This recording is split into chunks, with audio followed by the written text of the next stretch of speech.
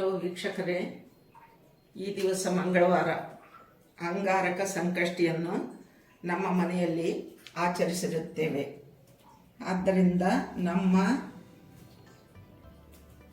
ಚಾನಲ್ಗೆ ಎಲ್ಲರನ್ನು ಸ್ವಾಗತಿಸುತ್ತಿದ್ದೇನೆ. ಪೂಜೆಯ ನಂತರ ವಿಘ್ನೇಶ್ವರನಿಗೆ ಇವತ್ತು ಕೇಸರಿಬಾತ್ ಅಂತಕ್ಕಂಥ ರೆಸಿಪಿನ ನೈವೇದ್ಯ ಮಾಡಲು ತಯಾರು ಮಾಡಿದ್ದೇನೆ. ನೈವೇದ್ಯದ ರೆಸಿಪಿ ಕೇಸರಿಬಾತನ್ನು ತಮಗೆ ನಾನು ತೋರಿಸಿರುತ್ತೇನೆ. ಹಲೋ ಫ್ರೆಂಡ್ಸ್, ಹೇಗಿದ್ದೀರಾ? ಆರಾಮಿದ್ದೀರಾ?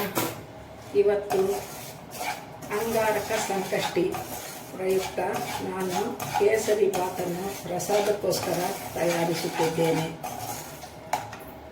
ಅದಕ್ಕೆ ಬೇಕಾಗುವ ಸಾಮಗ್ರಿಗಳು: 1 ಲೋಟ ರವೆ, 1 ಲೋಟ ಸಕ್ಕರೆ, ದ್ರಾಕ್ಷಿ, ಗೋಡಂಬಿ, ಕರ್ಬೆಟ್ಗಡ್ಡಿನಿ, ಬಾಳೆಹಣ್ಣು, 1 ಬಾಳೆಹಣ್ಣು, ಯಾಲಕ್ಕಿ ಪುಡಿ. ಇವಿಷ್ಟು ಸಾಮಗ್ರಿಗಳು. ಇದು 1 ಲೋಟ ರವೆಯನ್ನು ಚೆನ್ನಾಗಿ 1 ನಿಮಿಷ 2 ನಿಮಿಷ ಕೆಂಪು ಆಗುವವರೆಗೂ ಫ್ರೈ ಮಾಡಿಕೊಳ್ಳಬೇಕು, ಹುರಿದುಕೊಳ್ಳಬೇಕು. ಪಕ್ಕದಲ್ಲಿ 1 ಲೋಟ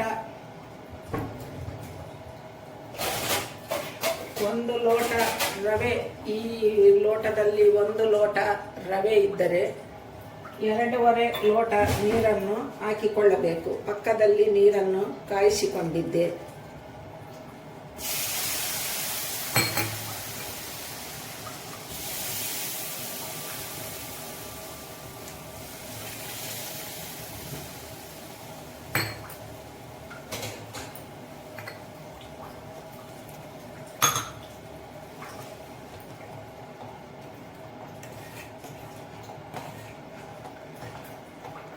ಗಟ್ಟಿಯಾಗುವವರೆಗೂ ಮಾಡಿಕೊಳ್ಳಬೇಕು.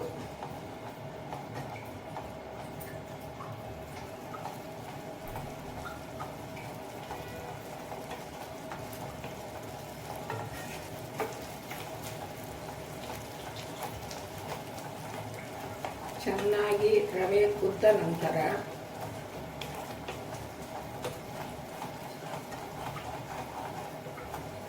ಚೆನ್ನಾಗಿ ರವೆ ಕುದಿಯಬೇಕು.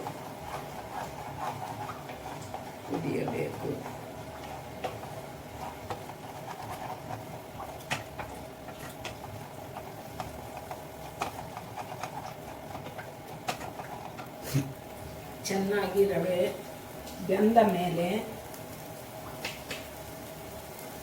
ನಾವು ಸಕ್ಕರೆಯನ್ನು ಹಾಕಿಕೊಳ್ಳಬೇಕು. 1 ಕಪ್ಪು ರವೆಗೆ 1 ಲೋಟ ಸಕ್ಕರೆಯನ್ನು ಹಾಕಿಕೊಳ್ಳಬೇಕು. ಇನ್ನು ಸ್ವಲ್ಪ ಸಿಹಿ ಬೇಕನ್ನುವವರು ಇನ್ನೂ 1/4 ಕಪ್ಪು ಹಾಕಿಕೊಳ್ಳಬಹುದು.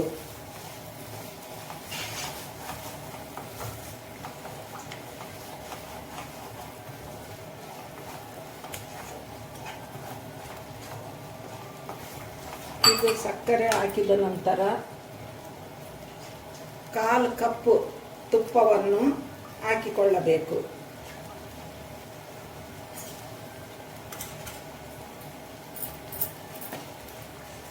ಕಾಲು ಕಪ್ಪು ತುಪ್ಪವನ್ನು ಇದಕ್ಕೆ ಹಾಕಿಕೊಳ್ಳಬೇಕು.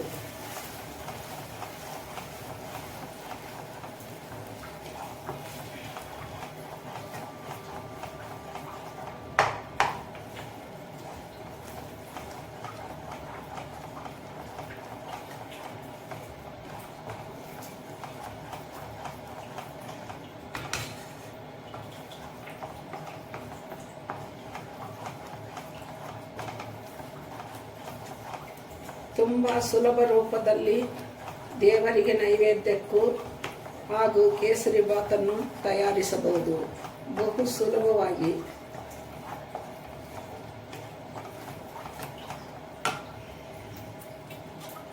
ಈಗ ಫ್ರೆಂಡ್ಸ್, ದ್ರಾಕ್ಷಿ, ಗೋಡಂಬಿ ಹಾಕಿಕೊಳ್ಳಬೇಕು. ಬಾಳೆಹಣ್ಣು, 1 ಬಾಳೆಹಣ್ಣನ್ನು ಹೆಚ್ಚಿಟ್ಟುಕೊಂಡಿದ್ದೇನೆ, ಅದನ್ನು ಹಾಕಿಕೊಳ್ಳಬೇಕು.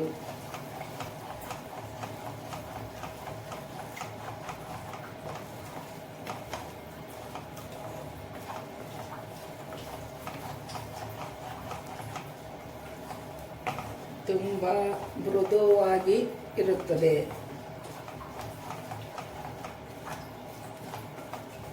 ಈ ಥರ ನೀವು ಕೇಸರಿಬಾತು ತಯಾರಿಸಿದರೆ ಮೃದುವಾಗಿ ತಿನ್ನಲು ಬಹು ರುಚಿಯಾಗಿ ಇರುತ್ತದೆ. ಟ್ರೈ ಮಾಡಿಕೊಂಡು ಹೇಗಿರುತ್ತೆ ಅಂತ. ನಂತರ ಸ್ವಲ್ಪ ಯಾಲಕ್ಕಿ ಪುಡಿಯನ್ನು ಹಾಕಿಕೊಳ್ಳಬೇಕು. ಯಾಲಕ್ಕಿ ಪುಡಿಯನ್ನು ಹಾಕಿಕೊಂಡು ಸ್ವಲ್ಪ ಹೊತ್ತಿನ ನಂತರ ಸ್ಟವ್ ಆಫ್ ಮಾಡಿ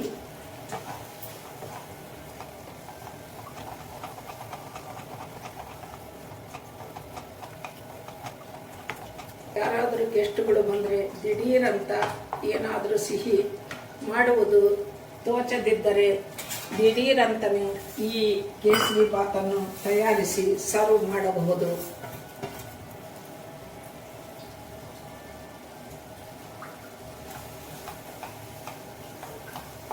ತುಂಬ ರುಚಿಯಾದ ಶುಚಿಯಾದ ಕೇಸರಿಬಾತ್ ರೆಡಿ.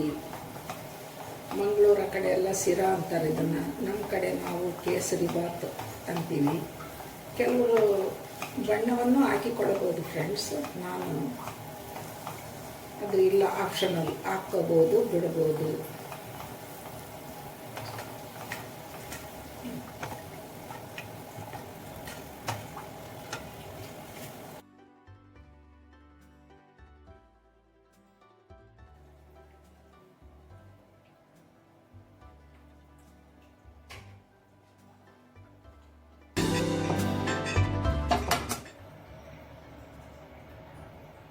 ಹಲೋ ವೀಕ್ಷಕರೇ, ರುಚಿಯಾದ ಕೇಸರಿಬಾತು ರೆಡಿ ಆಯಿತು.